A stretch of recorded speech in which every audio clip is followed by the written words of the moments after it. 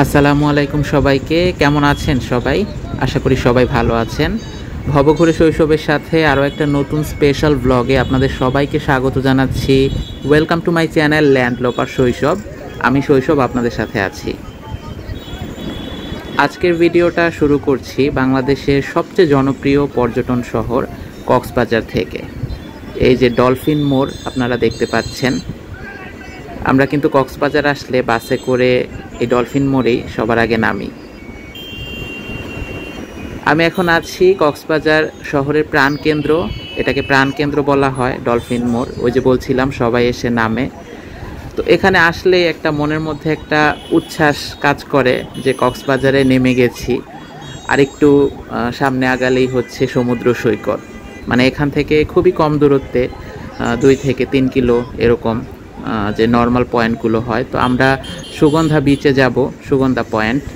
তো এখান থেকে যে মোড়টা পার করে এখানে যে লেখাও আছে ওয়েলকাম টু কক্সবাজার, আর এখান থেকে রিকশায় উঠে যাব।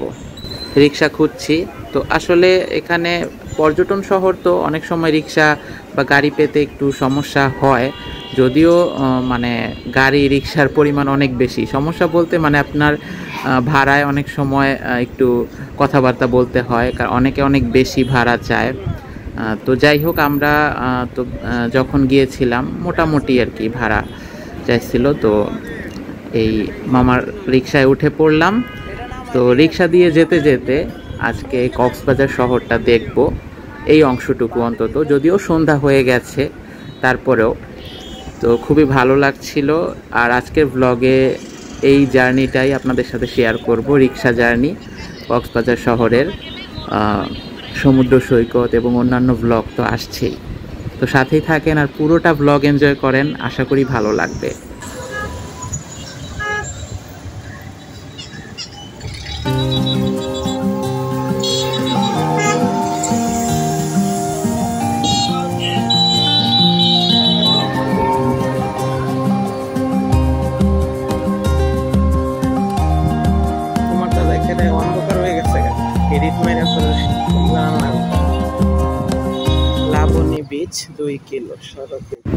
রিক্সা জার্নি আমার কাছে সবসময় ভালো লাগে, সেটা যে কোনো শহর বা যে কোনো লোকেশানেই হোক না কেন।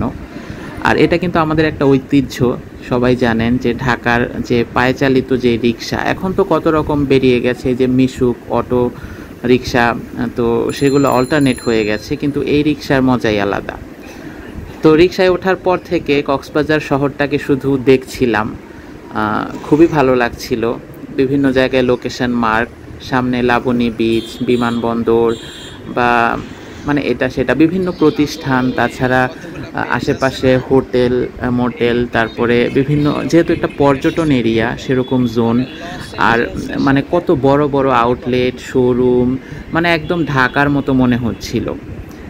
ঢাকায় যেরকমটা হয় যে অনেক লার্জার দেন লাইফ, মানে অনেক বড় শহরে যেই ফিলটা পাওয়া যায় ঠিক সেরকম। কিন্তু কক্সবাজার জেলার আপনার পার্শ্ববর্তী বিভিন্ন উপজেলা, সেগুলাও কিন্তু একদম পাড়া মহল্লা বা ওই রকম একটা ফিল দেয়। তো আমি সবসময়ই এরকম জানার চেষ্টা করি। যেমন আমরা ডলফিন মোড় থেকে এখন সুগন্ধা বিচের দিকে যাচ্ছি। নর্মালি কক্সবাজার আসলে আমরা এরকমই একটা স্টার্টিং পয়েন্ট থেকে সমুদ্র বা বিচে চলে যাই, কিন্তু আপনি যদি ম্যাপ দেখেন যে আশেপাশে কোন পাড়া মহল্লা এলাকা আছে, অর্থাৎ এখানে যারা স্থানীয়ভাবে বসবাস করেন কক্সবাজার জেলার মানুষজন, সেগুলা জানতে আমার খুব ভালো লাগে। কারণ আমি এই ধরনের ব্লগ শেয়ার করি নরসিংদী থেকে। আপনি যদি আমার অন্যান্য ভিডিওগুলো দেখেন চ্যানেলে ঢুকে, আমাদের বিভিন্ন পাড়া মহল্লা, এগুলো আমার জানার আগ্রহ থাকে।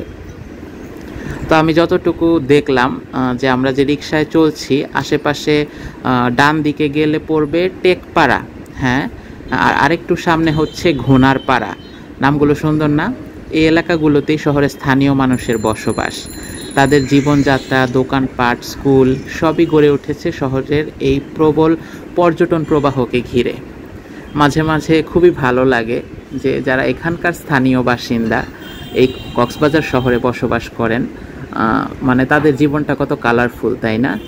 এই পর্যটনটা তাদের জীবনের সাথে মিশে আছে।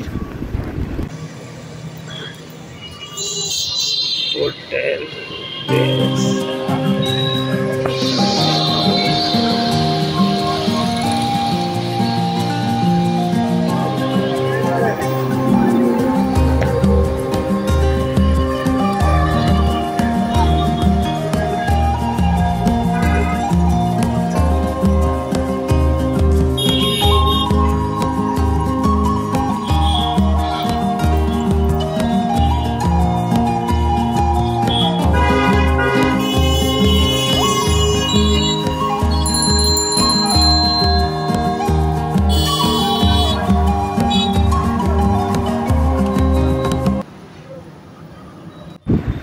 আলহামদুলিল্লাহ খুবই ভালো লাগছে, মানে কতটা ভালো লাগছে আমি জানি না, ভাষায় প্রকাশ করতে পারবো কিনা।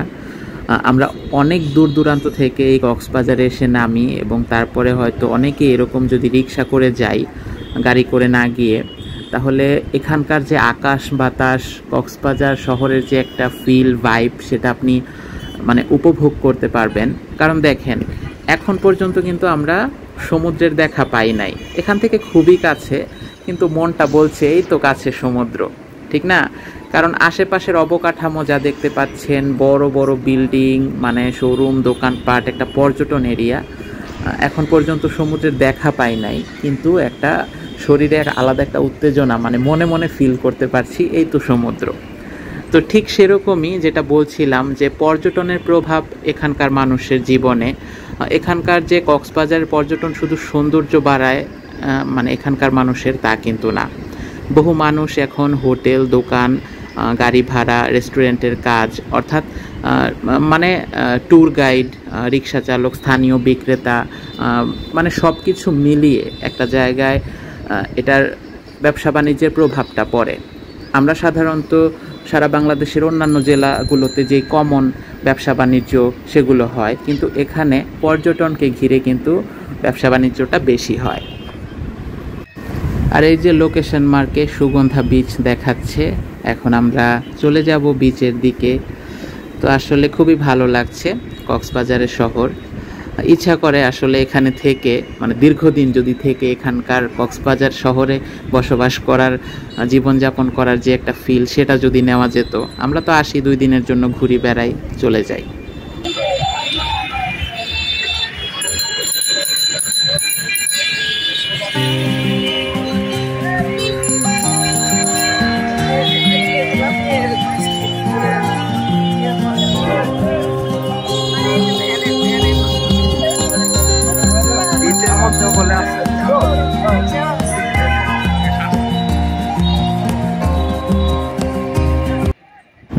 এই শহরটার এমন আধুনিকতা দেখে কেউ ভাবতেই পারবে না এটা একসময় কেবল একটা মৎস্যজীবী শহর ছিল। এখন এখানে মানে দেখতেই পাচ্ছেন কত কত দোকানপাট, বিশেষ করে এখানকার যে মানে এক একটা মার্কেট, জায়গায় জায়গায় মার্কেট। যেমন এই যে যদি বলি নাম ধরে, hotel sea palace, hotel blue moon, মাঝখানে ছোট ছোট খাবারের দোকান, মানে কি বলবো, পুরোটাই একটা জমজমাট শহর। দেখবেন আমাদের শহরে যখন মাঝে মধ্যে মেলা হয়, বাণিজ্য মেলা হয়, তখন কিন্তু শহরে রিক্সা, গাড়ি ঘোড়া সব কিছু যাতায়াত খুব বেড়ে যায়। আর এখানে যেন সবসময় একটা উৎসব লেগে আছে।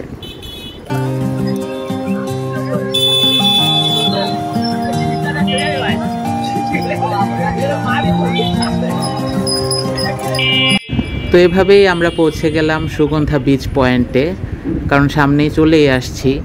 ভিডিওটা দেখেই বুঝতে পারছেন যে 10-12 মিনিটের মধ্যে আর কি রিক্সায় করে এরকম চলে আসা যায়। যেহেতু যানজট সেরকম আমরা পাই নাই যে এক জায়গায় থেমে থাকতে হয়েছে, তা না। আর দেখেন, 2 চোখ ভরে এখানকার শুধু মার্কেটগুলো দেখছি, যে কত রকমের মানে কাপড়, জামা কাপড় থেকে শুরু করে মানে খাবার দাবার জিনিসপত্র, কত কিছু যে পাওয়া যায়। তো আসলে আপনার কক্সবাজার শহরটা মানে অদ্ভুত একটা মানে মায়ার শহর। মানে এত মায়া লাগে, কারণ এখানে তো আমি বসবাস করি না, এখানে তো আমার জীবনযাপনও না। যেখানে আমার নিজের শহর বা নিজের গ্রাম, নিজের এলাকা, সেটার প্রতি তো একটা মায়া আছেই। কিন্তু তারপরেও এই কক্সবাজারে আসলে, বারবার ফিরে আসলে মনে হয় যেন এই শহরটায় যদি থেকে যেতে পারতাম, এখানে যদি দীর্ঘদিন মানে 1 মাস এরকম, 2 মাস এরকম করে যদি শহরে জীবনযাপন করে এই শহরের লাইফস্টাইলটা সেটা যদি উপভোগ করতে পারতাম পর্যটনের পাশাপাশি, তাহলে বোধহয় খুবই ভালো লাগতো। তো দর্শক বন্ধুরা, বিদায় নিচ্ছি এখানেই। আসসালামু আলাইকুম সবাইকে। সামনেই সমুদ্র সৈকত আমাদের ডাকছে। তো পরবর্তী অংশ দেখার জন্য আমার চ্যানেল ল্যান্ডলোপার শৈশবে সাবস্ক্রাইব করতে হবে, ফলো করতে হবে, লাইক করবেন, বেশি বেশি করে শেয়ার করবেন। আমরা এই ধরনের ঘোরাঘুরি, আমাদের স্থানীয় এলাকা, এসব এক্সপ্লোর করতে খুবই ভালোবাসি। আশা করি আপনার ভালো লাগবে।